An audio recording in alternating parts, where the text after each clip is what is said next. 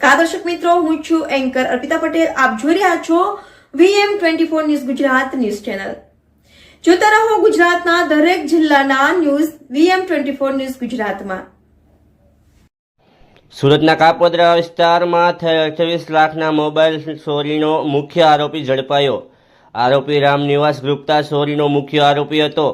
આરોપી વિરુદ્ધ મહારાષ્ટ્ર અને ગુજરાતમાં 65થી વધુ ચોરીના ગુના નોંધાયા.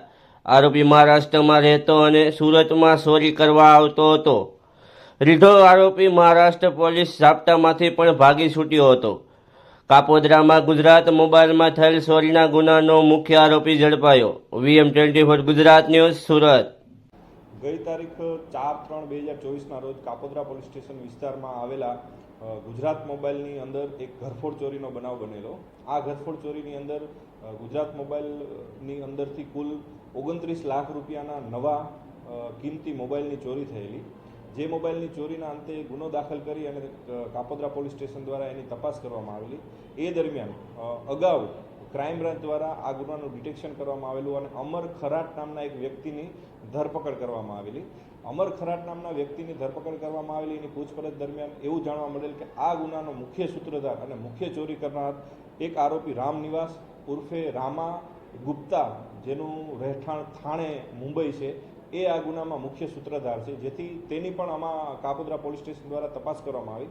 તપાસ દરમિયાન એવું માનવું પડેલું કે આ ખૂબ જ રીઢો ગુનેગાર છે અને આ ગુનેગાર ઉપર કુલ 60થી વધારે ઘરફોડ ચોરીના ગુના દાખલ થયેલા છે. અને આ ગુનેગારની મુખ્ય એમો એવી છે કે મોટા ભાગે મોબાઈલની જ દુકાનો તોડે છે અને ચોરી કરે છે. મુંબઈમાં અસંખ્ય દુકાનો આણે તોડેલી છે અને કોઈ અજાણ્યા માણસોને આ નવા મોબાઈલો વેચવાની એમો ધરાવે છે. આ આરોપીને થાણે પોલીસ સ્ટેશન દ્વારા જે તે વખતે પકડવામાં આવેલો અને ત્યાં મુંબઈ પોલીસના હાથમાંથી પણ ફરાર થઈ ગયેલો, જેનો પણ ગુનો દાખલ થયેલો હોય. અને આશરે 1.5 મહિના પહેલાં આ આરોપીને મુંબઈ પોલીસ દ્વારા ફરીથી પકડવામાં આવેલો અને એ થાણે જેલમાં બંધ હતો.